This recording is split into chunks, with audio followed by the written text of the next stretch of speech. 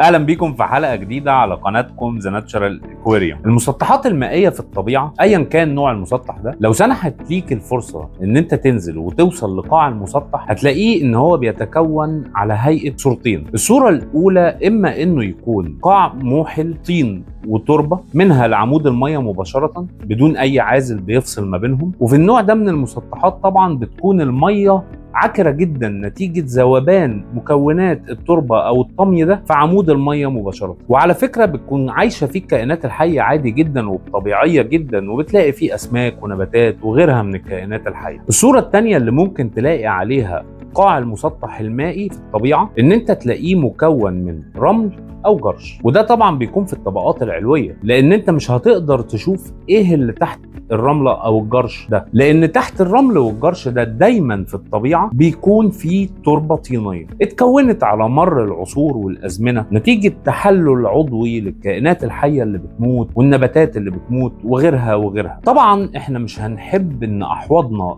في تربية أسماك الزينة تكون شكلها على الصورة الأولى، اللي هو ان احنا نحط تربة طينية مباشرة منها لعمود المية ونسيبها كده. ساعتها المية هتكون عكرة جدا وهتكون مغيمة جدا وبيدوب فيها مواد غذائية وعضوية عديدة، وفي نظام مغلق زي حوض السمك أكيد مش هيقدر يتعامل مع كم المغذيات اللي في المية دي، وأكيد هيكون ساعتها مضر للنظام. فهنركن الصورة دي على جنب، وعلشان كده احنا بنحاول نحقق الصورة التانية اللي موجودة في الطبيعة، وهو ان احنا بنغطي طبقة التربة الطينية اللي حطيناها في قاع الحوض واللي اتكلمنا عليها كتير قبل كده بطبقة عميقة من الرمل بتتجاوز ال5 سم وما بتقلش عن ال5 سم. وده كان نتيجة تجارب ناس كتير غيرنا وتجاربنا الشخصية في ذا ناتشرال اكواريوم، اننا اكتشفنا ان الطبقة لما بتكون 5 سم فيما فوق على حسب حجم الحوض بتحقق توازن طبيعي للنظام وبتوصله لمرحلة صحية احنا محتاجينها، وهو ده اللي احنا هنتكلم عليه النهارده. ولكن في البداية ممكن حد من حضراتكم يجي يسألني طب ليه ما نحطش مكان طبقة الرمل دي جرش؟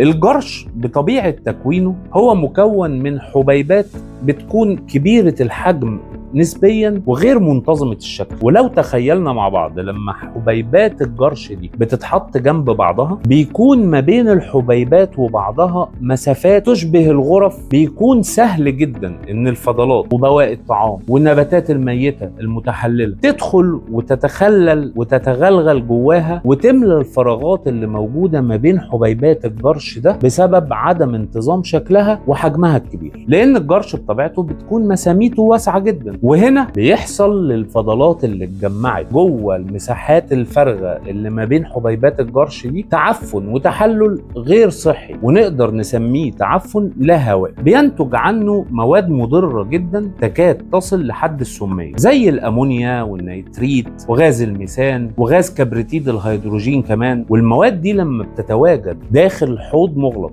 وبتكون بكثافة عالية ما بيقدرش يتعامل معاها النظام، طبعا بتكون مميتة للكائنات الحية اللي عايشة جوه الحوض ده. وعلشان كده لو حطينا جرش فوق التربة الطينية هنضطر ان احنا دايما بشكل دوري نغير جزء من المية اللي بقى فيها المواد السامة دي، واحنا بنغير المية زي ما اتعلمنا بنرفع جزء من الفضلات اللي تراكمت داخل الحبيبات بتاعة الجرش ده، ويرجع تاني يتراكم بداخل الحبيبات دي فضلات تانية فيرجع يتلوث الحوض، فنرجع نغير المية بشكل دوري وننظف جزء من الفضلات ويرجع يتلوث فنرجع ننظفه ويرجع يتلوث فنرجع ننظفه وهكذا. وعلشان كده في الأحواض التقليدية كتير بنلاقي إن المية بتتعكر وبيصدر منها روايح كريهة وممكن يحصل موت مفاجئ للسمك نتيجة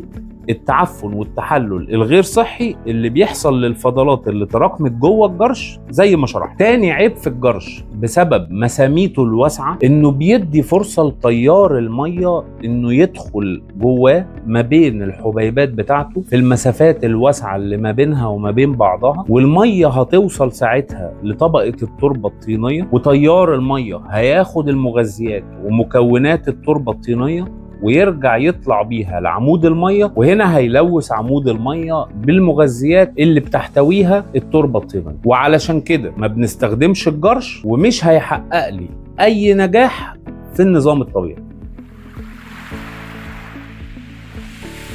اما الرمله صديقنا العزيز في النظام الطبيعي، بيعمل كفلتر بيولوجي كامل واساسي لحوض سمك طبيعي، وده بيكون نتيجه تكوينه من حبيبات دقيقة جدا وصغيرة جدا ما بتسمحش للفضلات وبواقي الأكل وغيرها من المواد المتحللة نتيجة موت نباتات أو غيرها إن هي تتخلل جواها وتدخل جوه طبقات الرمل، فبتفضل موجودة على السطح بتاع طبقة الرملة اللي احنا فرشينها في قاع الحوض، وساعتها بتكون الفضلات وبواقي الطعام والنباتات الميتة متاحة لجميع الكائنات اللي موجودة جوه الحوض زي الشريمب والقواقع والحلزونات، وكذلك مستعمرات البكتيريا اللي موجودة في الطبقات العلوية لطبقة الرمل والكائنات المجهرية والكائنات الدقيقة وغيرها. فساعتها بيحصل تحلل وتكسير للمواد دي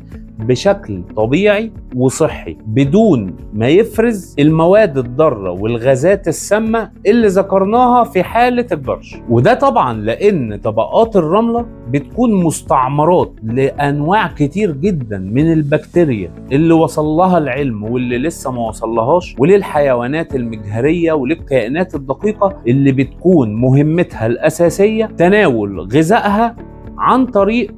الفضلات اللي بقت موجودة على سطح الطبقة الرملية. الميزة التانية طبعا بطبيعة الحال اللي موجودة في الرمل مقارنة بالجرش ان حبيبات الرمل الصغيرة القريبة من بعض واللي ما كونتش مسافات ما بينها بسبب صغر حجمها ما بتسمحش لتيار المية ان هو يعدي او يتخللها، فتيار المية ما بيوصلش للتربة، فبالتالي بيكون طبقة الرملة دي عازل قوي جدا ما بين التربة وما بين عمود المية، وما بتسمحش للمية ان هي تاخد المغذيات وتدخلها للمية. ولكن طبعا المية بتعدي وبتتخلل من الرملة وبتوصل للتربة،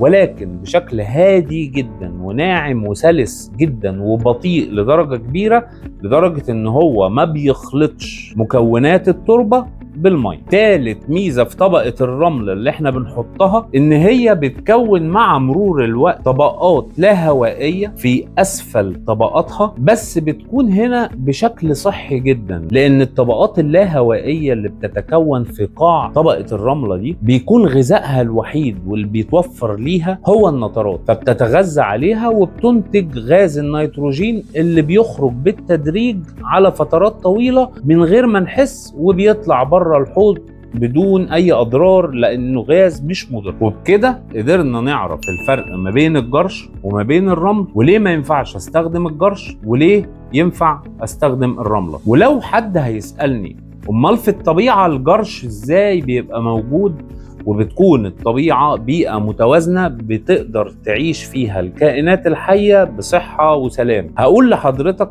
انك لو ركزت هتلاقي ان دايما قاع المسطحات المائية في الطبيعة لما بيكون متكون من الجرش بيكون في المسطحات المائية اللي تيارات المية عالية جدا فيها، زي الانهار والجداول وغيرها من المسطحات اللي بتكون فيها تيار قوي وشديد جدا. التيار القوي والشديد ده ما بيسمحش للمخلفات وللفضلات اللي قلنا عليها ان هي تتراكم داخل الجرش، وعلشان كده بيكون جرش نظيف جدا، فما بيحصلش ساعتها المشاكل اللي احنا بنقول عليها. ولكن في المسطحات المائية في الطبيعة اللي بتكون المية فيها نوعا ما تياراتها مش عنيفة زي البحيرات واجزاء على فكرة من الانهار، لو حركة المية فيها مش سريعة ومش عنيفة او شديدة هتكون الطبقة تحت مكونة من الرمل. وهنا في ذا ناتشورال اكواريوم وبشكل حصري وصلنا لصيغة محددة وطريقة معينة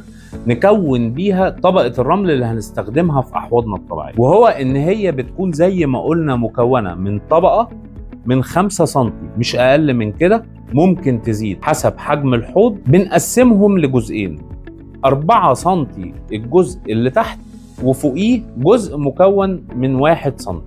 الجزء اللي تحت بيكون من رمل الفلاتر الناعم، بفضل دايما رقم 1. لما جربنا رقم 2 من رمل الفلاتر ما عملش معانا مشاكل، ولكن للأمان بفضل رقم 1. وليه ما عملش معانا مشاكل رقم 2؟ لأن كده انا بغطيه بطبقه سمكها سنتي من رمل السيليكا الناعم جدا اللي بيضمن لي عزل قوي جدا ما بين التربه وما بين عمود الميه. بالنسبه للطبقه السفليه اللي هي بتتكون من رمل الفلاتر بتكون مفيده جدا، لان جذور النباتات بيكون سهل عليها ان هي تخترقها وتعدي منها علشان تقدر توصل للمغذيات بتاعتها بسهوله، على عكس رمل السيليكا اللي لو استخدمته في الطبقه السفليه هيصعب المهمه دي شويه على النباتات. وطبعا لازم اقول هنا ان اي نوع رمله ان كان فلاتر او سيليكا بنستخدمه في الاحواض الطبيعيه لازم نكون غاسلينه كويس جدا جدا، متاكدين ان هو خالي من اي املاح او اي مواد عضويه ممكن تكون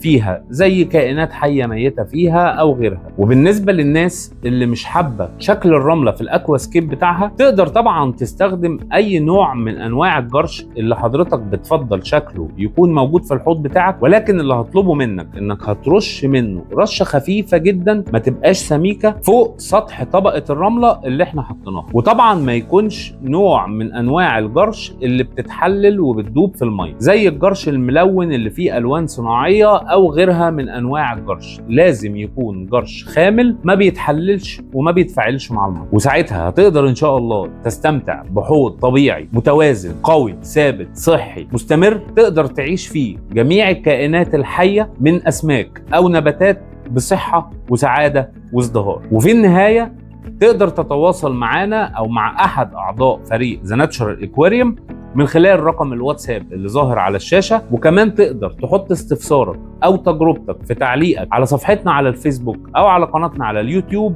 ودايما زي ما بقولك مش هنسى أطلب من حضرتك لايك وشير لو أنت على صفحتنا على الفيسبوك، سبسكرايب لو أنت على قناتنا على اليوتيوب. شكرا ليكم وألقاكم في الحلقة القادمة إن شاء الله.